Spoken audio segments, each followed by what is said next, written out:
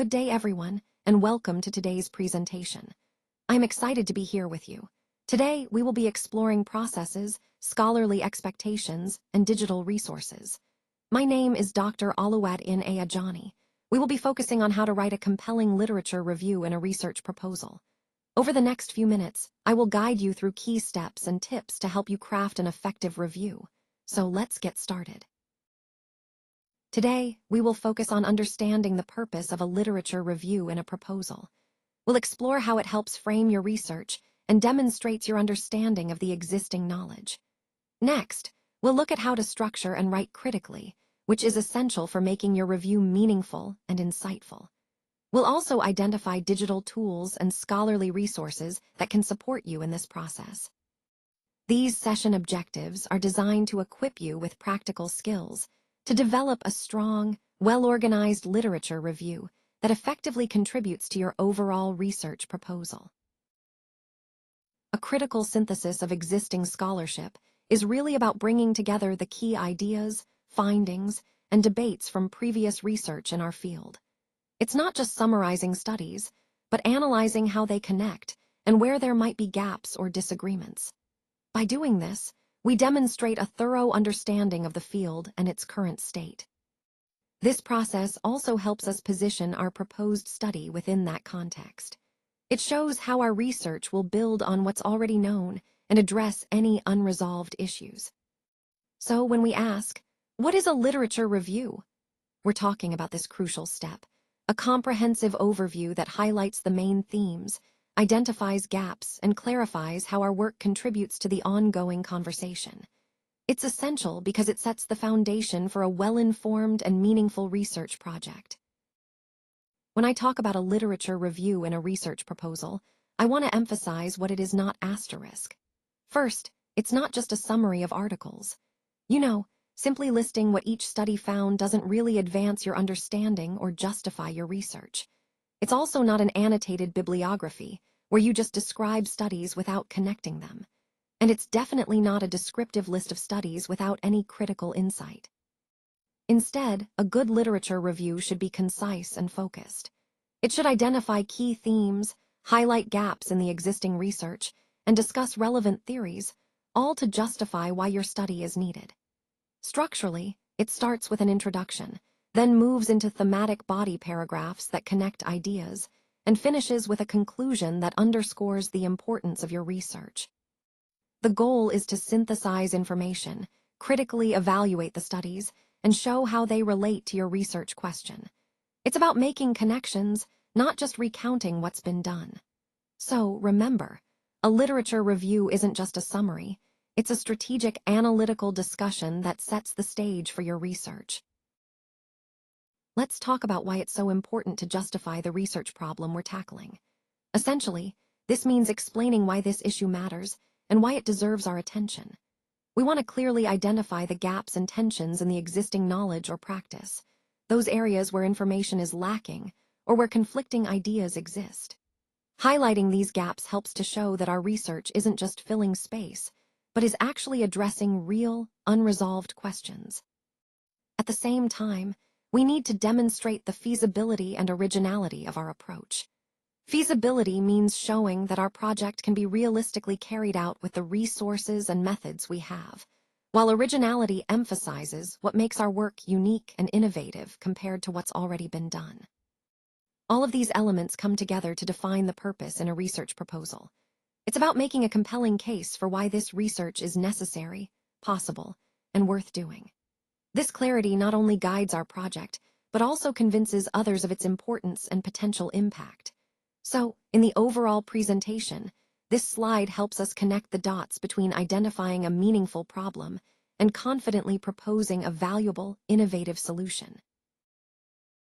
Let's walk through the key components of a literature review presentation in your study. First, we start with the introduction, where I'll introduce the topic, explain why it's important, and specify the research question or focus area we're addressing. Next, we have the methodology. I'll briefly outline how I searched for relevant literature, talking about the databases I used, the keywords I employed, and the inclusion or exclusion criteria I applied to narrow down the sources. Moving on, the thematic body of the review is organized around themes, trends, or how the research has developed over time, rather than just listing authors. This helps us see the bigger picture and understand the progression of ideas. Then, we have the critical analysis or critique, where I evaluate the strengths and weaknesses of the existing work, point out any conflicts, and highlight gaps that need further investigation. Following that, the synthesis and connection part links previous research directly to your study. I'll show how your work fills those gaps and advances the field. Finally, we arrive at the conclusion, where I summarize the main points and clearly articulate how this literature review shapes and guides your research objectives. All these components work together to create a clear, focused narrative that supports your study and demonstrates a thorough understanding of the existing knowledge. Let's talk through some key aspects that will really strengthen your research. First, a clear conceptual framing is essential. It helps set the foundation for your entire study, ensuring that your ideas are well-structured and easily understood. Next, critical engagement with the literature is crucial. This means not just summarizing previous work, but actively engaging with it, questioning, comparing, and highlighting gaps your research aims to fill. Alignment with your research questions is another vital point. Everything you include should directly connect to what you're trying to find out. This keeps your work focused and coherent. Moving on, understanding the expectations of examiners and supervisors is also key. They want to see that your work is rigorous, well-grounded, and contributes meaningfully to the field. By keeping these points in mind, conceptual clarity, critical literature engagement, question alignment, and expectations, you create a solid foundation for your research that aligns with the overall goal of producing a credible, impactful study. Let's take a closer look at how a literature review functions as a scholarly argument. Essentially, it builds a logical case for why our study is necessary. By carefully examining existing research, we engage with ongoing debates in the field, which helps us identify where disagreements or gaps exist.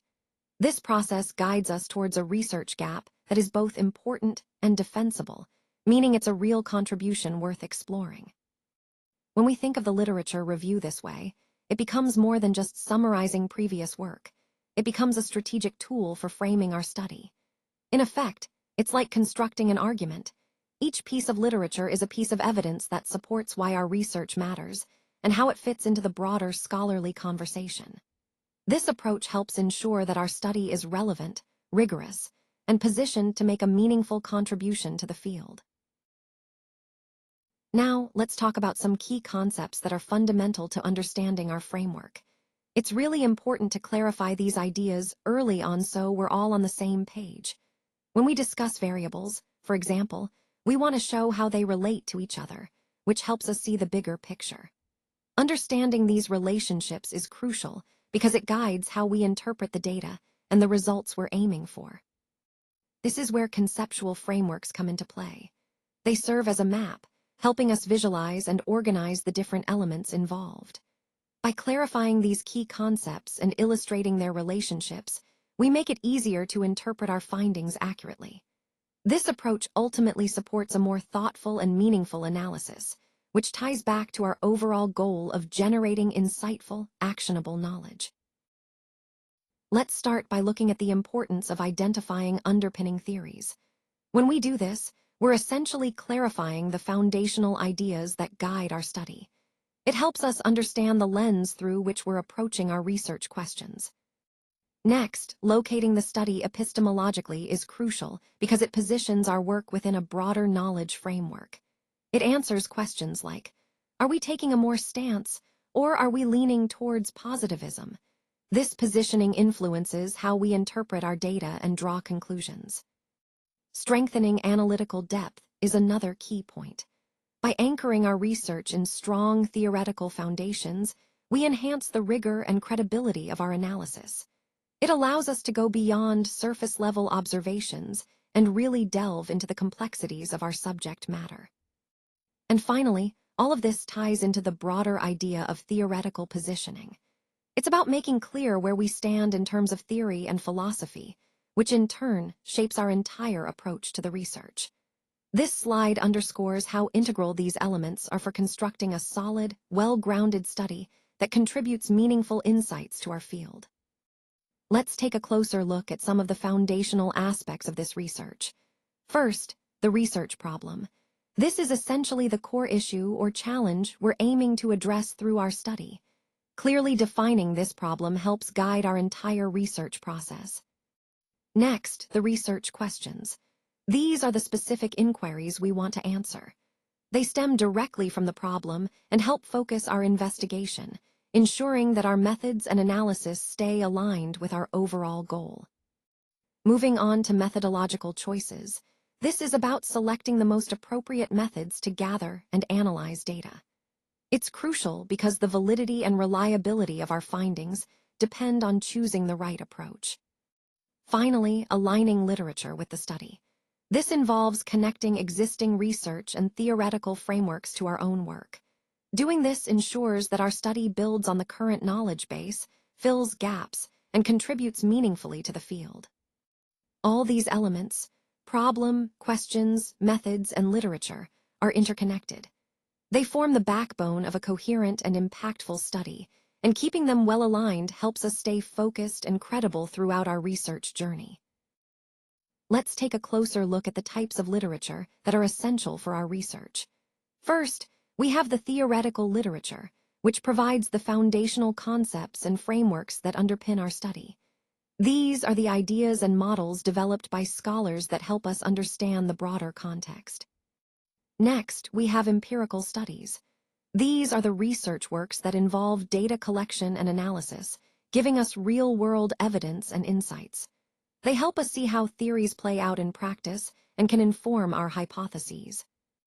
Then there's methodological literature. This type covers the techniques and methods used in research, guiding us on best practices for data collection, analysis, and interpretation. It ensures that our approach is rigorous and credible. Understanding these different types of literature is crucial because they each contribute uniquely to building a comprehensive view of our topic. Together, they help us frame our research within existing knowledge, identify gaps, and justify our methodological choices.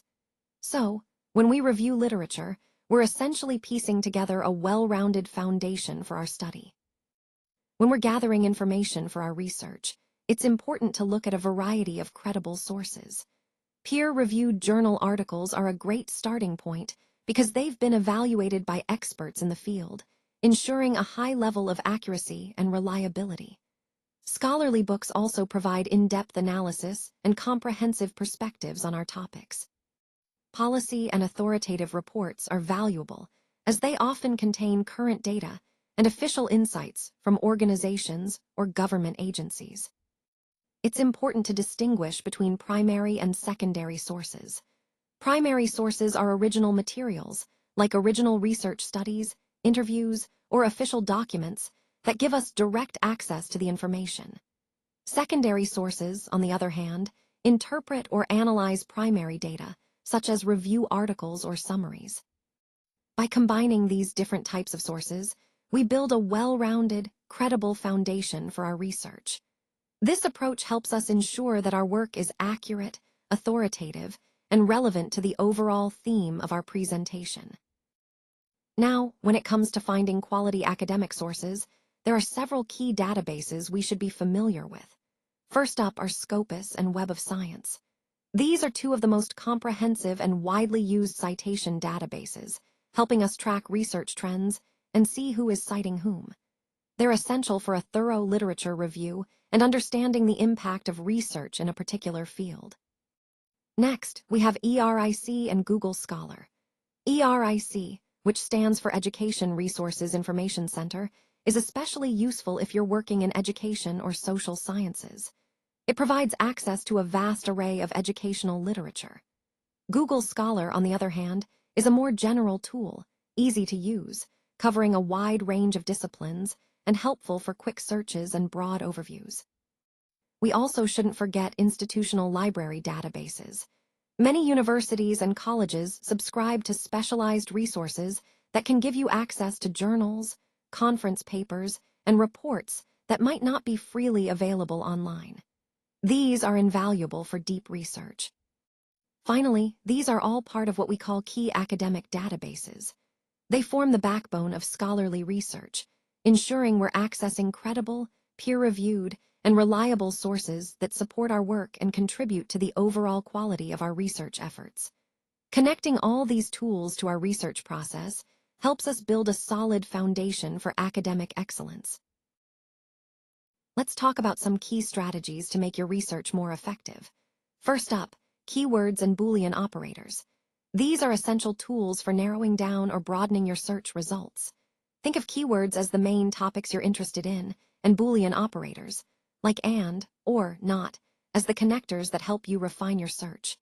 For example, using and between two terms will find sources that include both, while or broadens the search to include either term. Next, we have date and discipline filters. These filters are really useful for focusing your search on the most relevant or recent sources. You can set a date range to find the latest research or historical perspectives, and discipline filters help you target specific fields or subject areas, making your results more precise. Then there's citation chaining. This is a powerful technique where you look at the references in a key article to find related sources or see who has cited that article since its publication. It's like building a network of related research, helping you discover important works that might not come up in a standard search. Finally, searching strategically means combining all these methods intentionally. Instead of just typing keywords and hopping for the best, you plan your search steps, use filters wisely, and leverage citation chaining to uncover the most relevant and high-quality sources. These strategies collectively support your overall research goals, making your process more efficient and your results more comprehensive. Let's take a moment to discuss the relevance to the study. When we talk about relevance, we're focusing on how well the research aligns with the scholarly quality, ensuring that the work is credible and well-founded. It's also about the contextual applicability, how the findings can be applied within real-world settings or specific environments related to our field.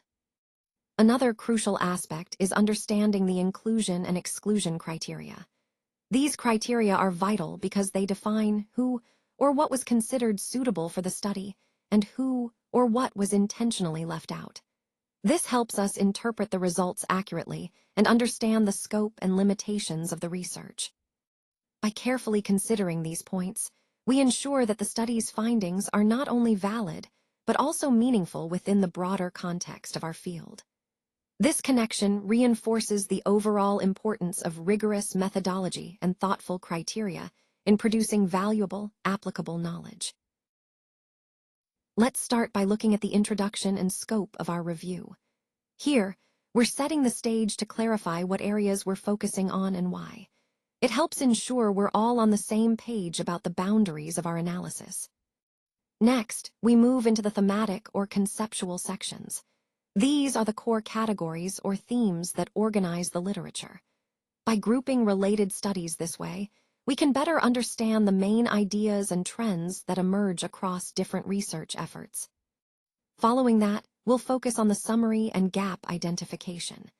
This step is crucial because it highlights what we've learned so far and points out where there are still unanswered questions or areas needing further investigation. Finally, we look at how we're structuring the literature review itself. This involves outlining our approach to organizing and presenting the existing research, ensuring that our review is coherent, comprehensive, and aligned with our overall research goals. All of these components, introduction, thematic sections, summary, and structure, work together to create a clear roadmap for our review process, helping us build a solid foundation for our subsequent analysis. Cuando organismos la información por conceptos, podemos entender mejor las conexiones entre diferentes estudios y enfoques. Comparar estudios nos ayuda a identificar patrones y discrepancias, lo cual enriquece nuestro análisis. Además, destacar las tendencias nos permite captar la dirección general del campo y anticipar futuras investigaciones. La organización temática, en conjunto, nos ofrece una estructura clara y coherente para presentar la información, Haciendo quasi más fácil de seguir y comprender. Todo esto se relaciona con el tema central de la presentación, que es como estructurar el conocimiento para facilitar su interpretación y aplicación. Let's talk about comparing and contrasting sources. When we're evaluating research, it's crucial to look at the strengths and limitations of each source.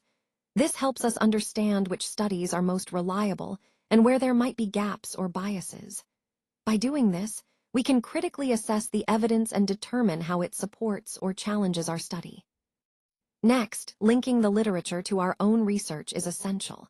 We want to see how existing studies inform our questions, methodology, and findings. This connection ensures that our work is grounded in existing knowledge, but also contributes something new to the field. Finally, critical writing and synthesis are about weaving all these elements together. It's not just summarizing sources, but analyzing and integrating them to build a compelling argument. This synthesis helps demonstrate a deep understanding of the topic and shows how your research fits into the bigger picture of the literature. All of these steps are vital in creating a coherent, credible, and impactful study. Let's take a closer look at some of the challenges we face in this area. First, under research contexts, these are situations or populations that haven't been studied as thoroughly as others. This gap can limit our understanding and affect the applicability of findings.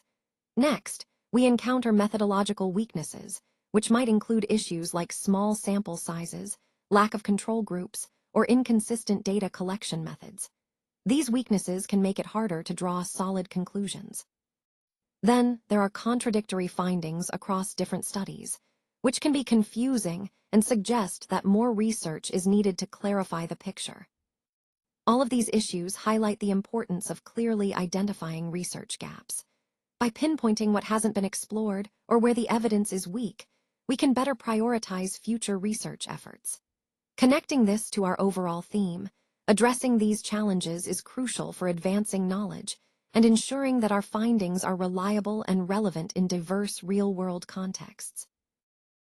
Let's talk about some common weaknesses we often see in literature reviews. One of the key issues is overdescription, where the review becomes too detailed or verbose without focusing on the core insights. This can make it harder for readers to grasp the main points. Another problem is poor coherence, meaning the review lacks a clear, logical flow. When ideas are disconnected or jump abruptly from one topic to another, it can confuse the audience and weaken the overall argument. Additionally, weak linkage to research questions is a frequent flaw.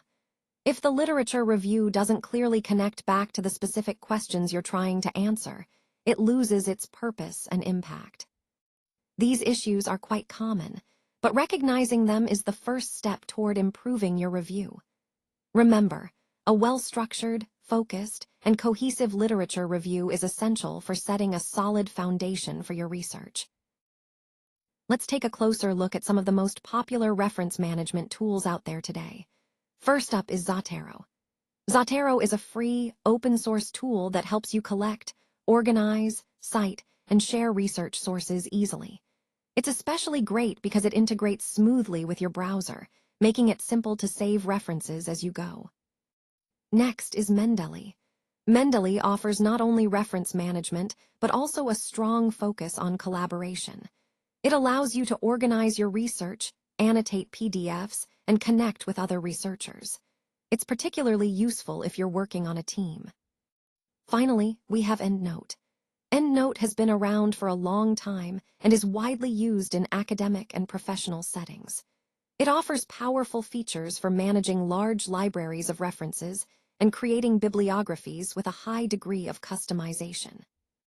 Overall, these tools are essential for streamlining your research process, ensuring accuracy in citations, and saving you valuable time.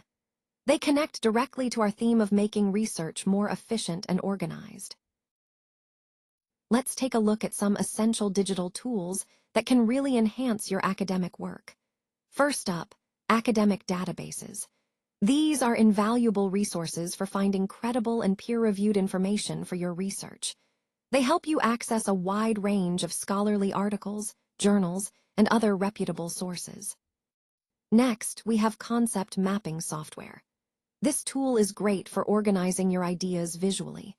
It allows you to create diagrams that show how different concepts connect, which can improve your understanding and help you plan your writing more effectively. Then there are plagiarism detection tools. These are crucial for maintaining academic integrity. They help you ensure that your work is original and properly cited, giving you peace of mind and protecting your reputation. Finally, digital writing and support tools. These include grammar checkers, writing assistants, and other resources that can help you refine your writing, stay organized, and develop your skills over time. All these tools align with the overall theme of leveraging technology to support effective and ethical academic practices. They're designed to make your research, writing, and learning more efficient and impactful. Now, let's talk about supporting search and organization. It's really important to use AI tools to help us find and manage information efficiently, but always in a way that supports our learning and research process. Next, avoiding authorship replacement is crucial. AI should assist, not replace, our own ideas and writing. We need to ensure that we're still the creators of our work, maintaining our unique voice and perspective. Maintaining academic integrity is fundamental. This means giving proper credit, avoiding plagiarism, and being honest about how we use AI in our projects. Finally, responsible use of AI tools is key. We should use these technologies ethically and thoughtfully, understanding their limitations and potential biases. All these points connect back to the overall theme of using AI as a helpful tool, enhancing our work while upholding the standards of academic honesty and integrity. Let's talk about the importance of having a clear conceptual direction. This means that from the outset, your project should have a well-defined focus and purpose. It guides your research and keeps everything aligned. Next, demonstrating critical thinking is crucial. This involves not just accepting information at face value, but actively analyzing, questioning, and synthesizing ideas to build a solid foundation for your work. Then, alignment with methodology is key. Your approach should be consistent with your conceptual framework, ensuring that your methods effectively address your research questions. Finally, at the proposal stage, supervisors expect you to clearly communicate these elements, your conceptual direction, your critical thinking process, and how your methodology ties everything together. This shows you have a thoughtful plan and a strong understanding of your project's trajectory. All these points are essential for setting a solid foundation for your research journey. Let's take a closer look at what makes a strong proposal by focusing on relevance and originality. It's essential that our ideas are both timely and unique, showing that we've thought carefully about how our work fits into the broader academic conversation. Engaging with existing literature is also crucial. This demonstrates that we're well-informed and that our work builds on or challenges current scholarship. Scholarly coherence ties everything together. Our arguments should flow logically and convincingly, reflecting a clear understanding of the topic. When assessing proposals, these criteria, relevance, originality, engagement with literature, and coherence, help us determine the strength and potential impact of the work. Ultimately, these points ensure that our proposals are not only academically rigorous, but also compelling and meaningful within the wider academic community. Let's take a closer look at the process that bridges reading and writing. First, we have systematic reading, which means approaching texts in a structured way to really understand the material. This is essential because it lays the foundation for effective note-taking. When we take notes, we're not just copying words, we're synthesizing ideas, capturing key points, and making connections. This synthesis helps us process the information more deeply. From there, we move into drafting, starting to put our ideas into words, and then revising, which is all about refining our work to improve clarity and coherence. The key concept here is that writing is a process, not just a one-time effort. It's about moving from reading thoughtfully to writing thoughtfully. This continuous cycle enhances both our comprehension and our ability to communicate effectively. So this slide underscores how an intentional, structured approach to reading and note-taking directly supports stronger writing skills. which is fundamental to mastering any subject. Let's take a moment to reflect on some key takeaways from our discussion. First, we see that literature review is truly foundational. It forms the backbone of any scholarly work, helping us understand what has already been done and where gaps may exist. Next, critical synthesis is essential. It's not just about summarizing sources, but actively analyzing and connecting ideas to build a coherent argument. Tools can support scholarly writing in many ways. They help streamline the process, organize thoughts, and ensure clarity. When we combine a strong literature review, critical synthesis, and useful tools, we set ourselves up for success. Overall, these points highlight the importance of a solid foundation and effective strategies in crafting high-quality academic work, which ties back to our broader theme of developing strong research and writing skills. Let's take a closer look at the methodology we used for this study. First, we clearly defined our research questions to guide the entire process. These questions helped us focus on the core issues we wanted to explore. Alongside that, we identified the research problem, which provided the foundation for our investigation. We also reviewed relevant literature to see what has already been studied and where gaps might exist.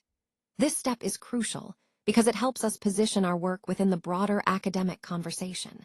What's particularly important is how we align the existing literature with our specific study.